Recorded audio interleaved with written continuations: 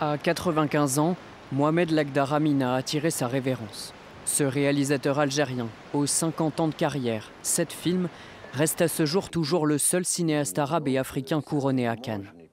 1975, il reçoit la Palme d'Or pour Chronique des années de Braise. Une œuvre historique qui débute en 1939 et dépeint les prémices de la lutte pour l'indépendance du peuple algérien. Cette histoire, c'était aussi la sienne. Pendant la guerre d'Algérie, son père a été enlevé, torturé et tué par l'armée française. Mohamed Lagdar Amina s'était ensuite lui-même engagé dans la résistance algérienne avant de remporter la Palme d'Or. Je n'ai pas pu la gagner sans la mort de mon père, sans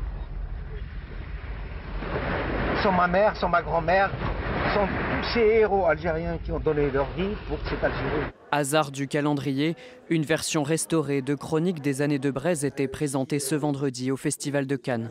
Tout un symbole pour son fils, interviewé avant la mort de son père.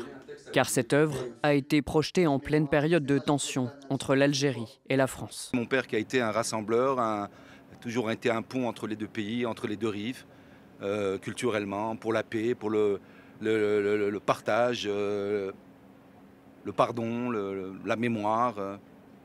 Apparemment, je pense que le festival a fait un grand geste. 4 fois en lice au Festival de Cannes, Mohamed Lagdar Amina restera comme le porte-voix du tiers-monde et de l'Algérie pendant plus de 4 décennies.